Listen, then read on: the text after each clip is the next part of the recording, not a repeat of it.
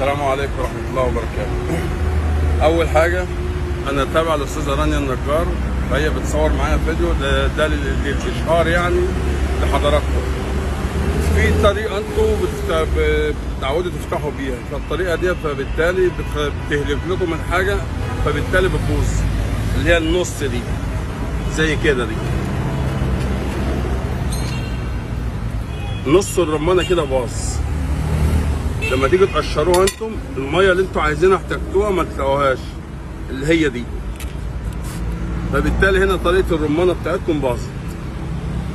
خلاص انا بقى هوريكم الطريقه الصحيحه عشان ايه تبداوا معاكم صح. قول لنا الاول ازاي ننقي الرمان.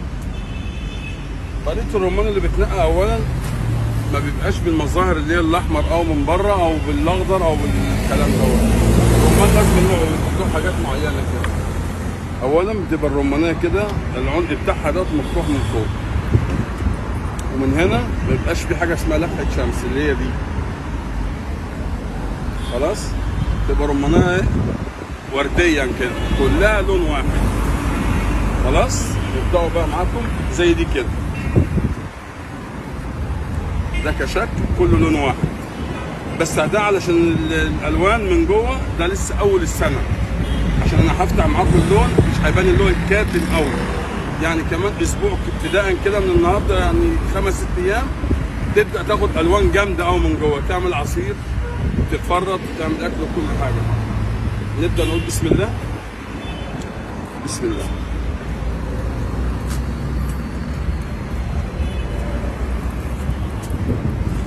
ده الالوان اللي انا بتكلم عليها عشان دي اول السنه، بشاير يعني زي ما بيقولوا.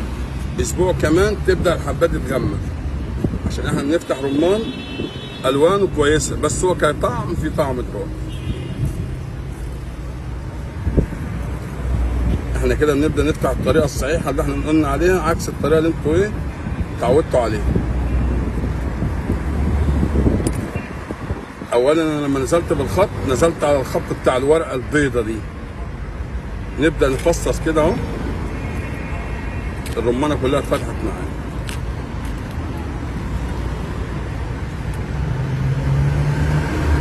هذه الطريقه دي، بالتالي لا في حبه قطع ولا اتكسر ولا باظ ولا اتهلك، وبالتالي تيجي تفرطي وانت مرتاح، ما يبقاش في ايه هلك ليكي انت ولا ضياع للحاجه اللي انت اشتريتيها. كده بانت الرمانايه وبانت الطريقه الاولى اللي احنا قلنا عليها، اللي هي دي بتبوظ معاكي. دي انضف، دي احسن، دي الطريقه الصحيحه. افتح كمان واحده معاكم تشوفوها. اعمل لنا واحده ورده. طريقتين يعني.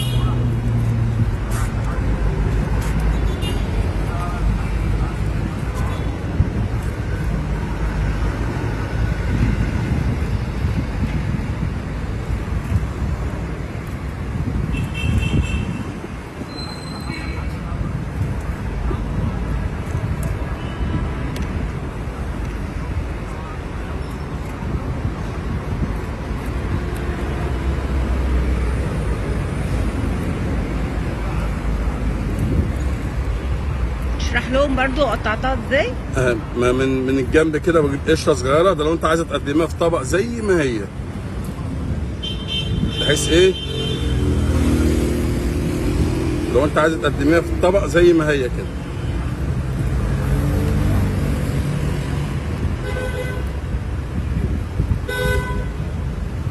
سبعة ونص.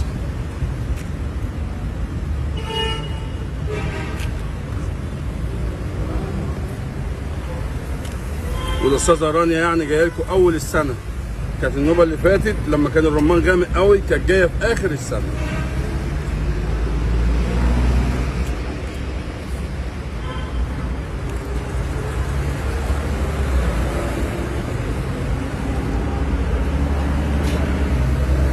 كده الطريقه الثانيه.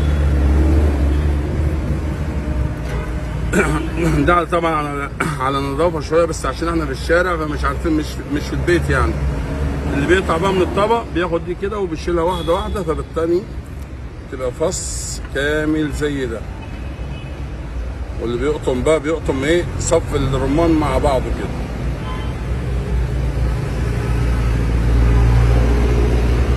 يا رب يكون دوت فيديو للمعرفة الصحيحة، واحنا نتمنى نكون في اي خير نعمله لحضراتكم.